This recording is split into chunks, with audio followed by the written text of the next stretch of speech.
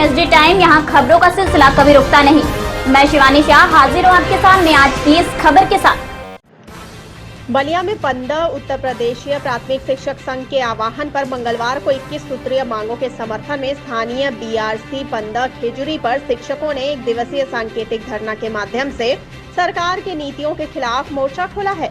धरने के माध्यम से शिक्षकों ने सरकार के सामने अपनी 21 सूत्रीय मांगे रखी हैं, जिसमें पुरानी पेंशन की बहाली, तमाम भत्तों की बहाली व विद्यालय के रसोइयों के मानदेय बढ़ाने, तृतीय शनिवार को अवकाश आदि की मांग प्रमुख रही। धरना प्रदर्शन कार्यक्रम को संबोधित करते हुए ज्ञानेंद्र प्रसाद गुप्ता, अध्यक्ष प्राथमिक शिक्षक संघ पंदा तथा मंत्री सैफुद्दीन अंसारी, प्राथमिक शिक्षक संघ पंदा ने कहा कि सरकार पुरानी पेंशन को बंद कर सिर्फ अपनी नई योजनाओं को बेहतर बताने पर लगी हुई है। आइए देखते हैं बलिया से हमारे संवाददाता डी प्रसाद की ये रिपोर्ट। आप बीआरसी के प्रांगण में आज 21 दिवसीय धरने पर आप लोग बैठे हुए हैं, इसका मेन उद्देश्य है क्या? 21 सूत्रीय मांगों के समर्थन में, मांगों को लेकर के उत्तर प्रदेशीय प्राथमिक शिक्षक संघ के आह्वान पर सारे शिक्षक, शिक्षा मित्र, अनुदेशक, रसोइया, आंगनबाड़ी, कस्तूरबा गांधी विद्यालय के परिवार के लोग, सारे लोग मिल करके 21 सूत्रीय मांगों को लेकर के आज धरना दिए हैं। जी, क्या मांग है सर सरकार से? मुख्य मांग है पुरानी पेंशन को बहाल किया जाए। जी।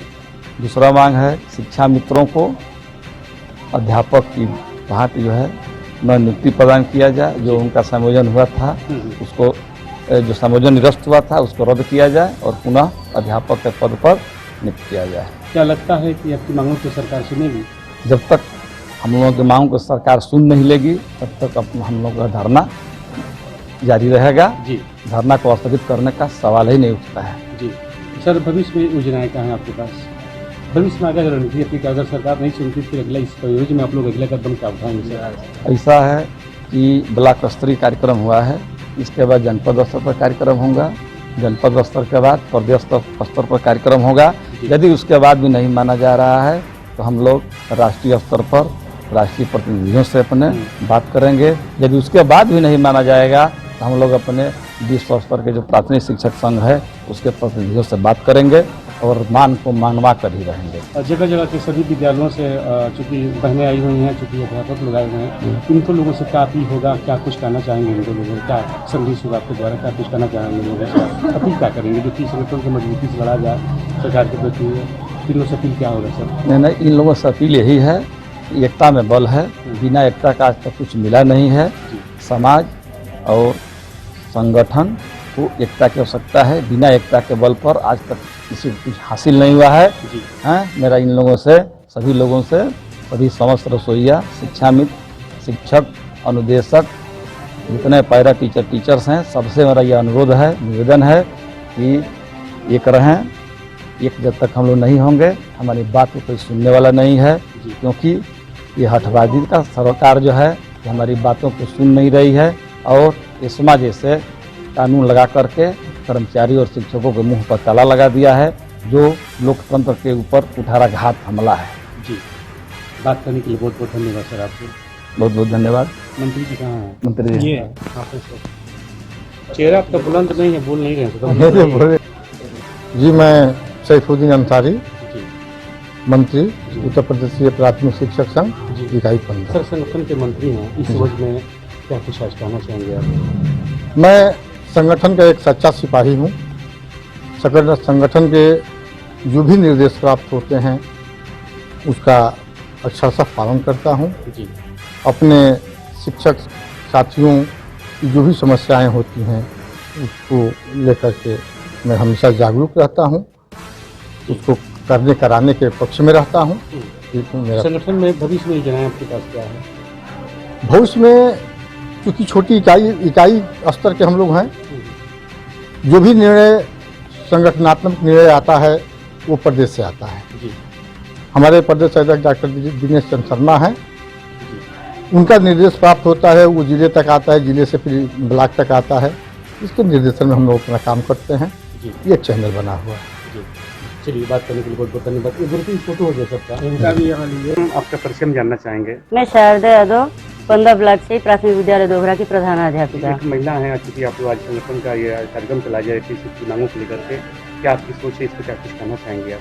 हाँ, हम इस समर्थन में हैं। हम महिलाओं का इस सरकार में बहुत बड़ा शोषण किया जा रहा है।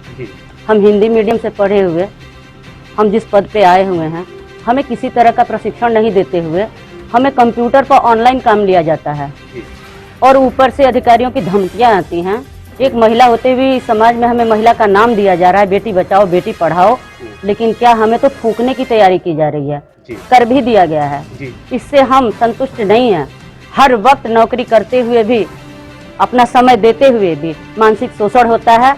डिप्रेशन में जाके कई बीमारियों के हम लोग शिकार हो चुके हैं। मैडम, सरकार पक्ष की सरकार तो बार बार कह रही है कि हमारी सरकार महिलाओं की सुरक्षा की बात की जाए या रोजगार की। बिल्कुल नहीं किया है, बिल्कुल नहीं है। आए दिन हमारे समाचार पत्रों में हर बहन बेटियों का जहां देखो वहां रेप सुनाई देता है, सुनने को मिलता है, छपा हुआ रहता है, या समाचार में देखें या टीवी समाचार पे देखें, वक्त मिलता है तो देखते हैं। लेकिन बहुत दुख होता है, कहने के लिए कुछ और, करने के लिए कुछ और। ऐसा कुछ नहीं है। एक प्रधानाध्यापक से प्रधानाध्यापक तो कार्य लिया ही जाता है, एक सहायक अध्यापक को भी प्रधानाध्यापक बना दिया जाता है। न तो उसे कोई वेतन मिलता है, न भत्ता मिलता है। समय पे पहुंचने का हमारे ऊपर बहुत ही प्रताड़ना की जाती है। हम समय से पहुंचते हैं, हमारे आला अधिकारी जो भी हैं, हम समय से कहीं जाते हैं, बैंक में नहीं मिलते हैं, न तो हमारे दूसरे भी विभाग के लोग, नेताजी लोग भी नहीं मिलते हैं समय से, लेकिन हमारे पीछे जरूर पड़े रहते हैं। मंच पे कहते हैं हम बहनें हैं उनकी, लेकिन हमें वो बहनों का दर्जा नहीं देते। क्या कभी अपने उच्च अधिकारियों से संबंध हुआ? हाँ, 5 साल हमारा बहुत बड़ा शोषण हुआ था। हमारे विद्यालय पर 3 साल MDM बना। उस दौर जो भी शिकायत पत्री है, सब कुछ हमारे पास सबूत में रखा पड़ा है, हमारे BRC स्तर से और यहाँ तक से। लेकिन शोषण किस लिए हुआ, कहाँ से हुआ? नेताओं के कारण हुआ। क्या लगता है कि जो मुहिम लेकर आप छिड़ चुकी हैं जंग मैदान में, क्या लगता है कि आपकी सरकार? ये मैदान में ऐसी कुछ जंग नहीं है। हम अपने भाइयों, अपने शिक्षिकाओं बहनों और भाई शिक्षक भाइयों के साथ उपस्थित हुए, जो 21 सूत्री मांगों को लेकर है, न कि किसी इस प्लेटफॉर्म से हट के कुछ भी नहीं है। जो भी है, हमें अपना विनम्रता निवेदन से अपनी मांगों को मनवाना है, न कोई उदंड व्यवहार करना है, न हमें कोई शिष्टाचार के खिलाफ जाना है। बहनों से अपील करेंगे, जो भी बहनें से यही अपील है कि बहनें हमारा सहयोग कर रही हैं और करेंगी। हम सब एक हैं। निश्चित टाइम से बात करने के लिए बहुत बहुत धन्यवाद। सिंह और एक संगठन का कार्यकर्ता हूँ और संगठन के हमारे जो ब्लॉक इकाई के अध्यक्ष हैं आदरणीय ज्ञानंद प्रसाद जी, इनके आह्वान पर जब भी जरूरत पड़ती है तो हम लोग आ करके इनका हौसला अफजाई करते हैं और संगठन के मांगों पर यहाँ पर अपना चटानी एकता प्रदर्शित करते हैं। सर, पूरे जोश सोच के साथ पूरे ब्लॉक भर के आप लोग एकत्रित होकर के अपने सरकार से मांग कर रहे हैं, इस योजना में क्या कुछ कहना है, क्या मांग? हमें ये कहना है कि जो यह सरकार केंद्र की है और राज्य की है, इस सरकार के जो वक्तव्य और मंसूबे हैं वह पूरे संस्थाओं को प्राइवेट करने में अध्यापकों को समझ में आ रहा है कि प्राइवेट करें। भाजपा की सरकार ने सन 2004 में पूरे केंद्र सरकार के कर्मचारियों का पेंशन बंद कर दिया था और उसी की तर्ज पर उत्तर प्रदेश सरकार आई और पेंशन बंद कर दी। आज भाजपा की सरकार प्रदेश में भी है और केंद्र में भी है। हम दोनों सरकारों से यह मांग अपना करना चाहते हैं कि आपने जो इतिहास में गलती किया था, कर्मचारियों की पेंशन को छीन करके उन्हें पुरानी पेंशन बहाल कर दीजिए और पुनः हमारी गरिमा को लौटाइए। हम कदम से कदम ताल मिलाकर आपका सहयोग करेंगे, अन्यथा की स्थिति में आपका अंतिम दिन तक विरोध कर देंगे जब तक कि आपकी सत्ता नहीं चलेगी आएगी। हमारी मांग रहेगी कि हम निश्चित रूप से पुरानी पेंशन बहाल किया जाए। बहुत बहुत धन्यवाद सर, आप नेता लग रहे हैं आप। इस कड़ी में बस इतना ही। ताजा तरीन खबरों के लिए बने रहिए एनएसडी टाइम्स के साथ। मुझे दीजिए इजाजत, नमस्कार। एनएसडी टाइम्स के लेटेस्ट खबरों से अप टू डेट रहने के लिए चैनल को लाइक करें, शेयर करें, सब्सक्राइब करें और अंत में बेल आइकन दबाना ना भूलें।